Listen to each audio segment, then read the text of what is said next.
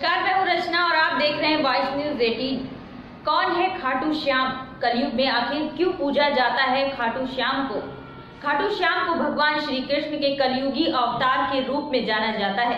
ऐसा कहे जाने के पीछे एक पौराणिक कथा है। राजस्थान के सीकर जिले में इनका भव्य मंदिर स्थित है, जहां हर साल बड़ी संख्या में श्रद्धालु आते हैं। लोगों का विश्वास है कि बाबा श्याम सभी की मुरादें पूरी करते हैं और रंग को भी राजा बना सकते हैं। बाबा खाटू श्याम का संबंध महाभारत काल से माना जाता है। पांडु पुत्र भीम के पौत्र थे।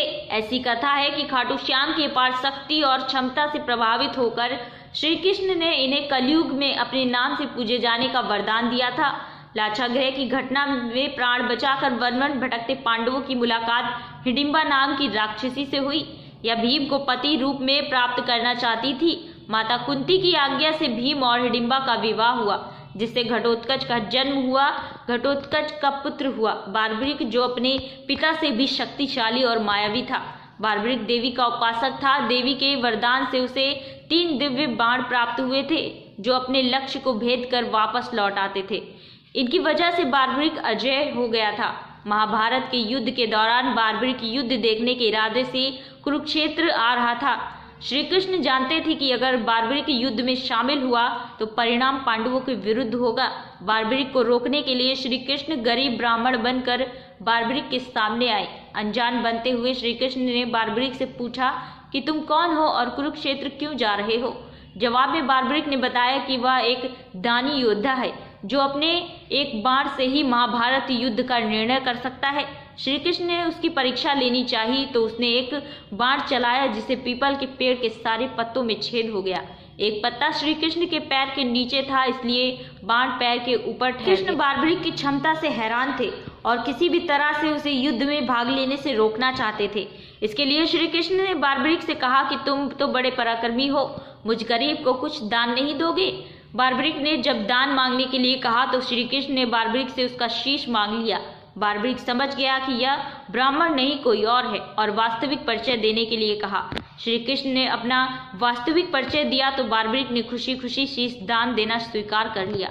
रात भर भजन पूजन कर फाल्गुन शुक्ल द्वादशी को स्नान पूजा करके बार्बरिक ने अपने हाथ से अपना शीश श्री कृष्ण को दान कर दिया। शीश दान देने से पहले बार्बरिक ने श्री कृष्ण से युद्ध देखने की इच्छा जताई थी, इसलिए श्री कृष्ण ने बार्बरिक के कटे शीश को युद्ध अवलोकन के लिए एक ऊंचे स्थान पर स्थापित कर दिया। युद्ध में विजय श्री प्राप्त होने पर पांडव विजय का श्रेय लेने हेतु वाद विवाद कर रहे थे। तब श्री कृष्ण ने कहा कि इसका निर्णय बार्बरिक का शीश कर सकता है। बार्बरिक के शीश ने बताया कि युद्ध में श्री कृष्ण का सुदर्शन चक्र चल रहा था, जिससे कटे हुए वृक्ष की तरह योद्धा रणभूमि में गिर रहे थे। द्रौपदी महाकाली के रूप में रक्तपान कर रही थी। श्री कृष्ण ने प्रसन्न होकर बार्बरिक के उस कटे सिर को वरदान दिया कि कलयुग में तुम मेरे श्याम नाम से पूजित होगे। तुम्हारे स्मरण मात्र से ही भक्तों का कल्याण होगा और धर्म अर्थ काम मोक्ष की प्राप्ति होगी। स्वप्न दर्शनोपरांत बाबा श्याम खाटू धाम में स्थित श्याम कुंड से प्रकट हुए थे। श्री कृष्ण विराट शालिग्राम रूप से संवत 1777 से खाटू श्याम जी के मंदिर में स्थित होकर भक्तों की मनोकामनाएं पूर्ण कर रहे हैं। दाढ़ी और मूछ के साथ इस मंदिर में विराजमान है स्वयंभू बालाजी। हर साल लगता है खाटू श्याम मेला। प्रत्येक वर्ष होली के दौरान खाटू श्याम जी का मेला लगता है। इस मेले में देश विदेश से भक्तजन बाबा खाटू श्याम जी के दर्शन के लिए आते हैं।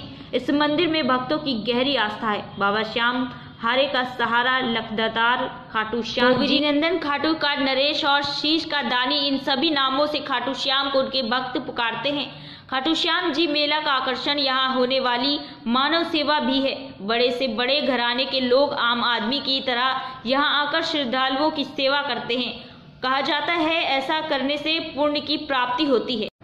खाटू श्याम जी के चमत्कार, भक्तों की इस मंदिर में इतनी आस्था है कि वह अपने सुखों का श्रेय उन्हीं को देते हैं। भक्त बताते हैं कि बाबा खाटू श्याम सभी की मुरादें पूरी करते हैं।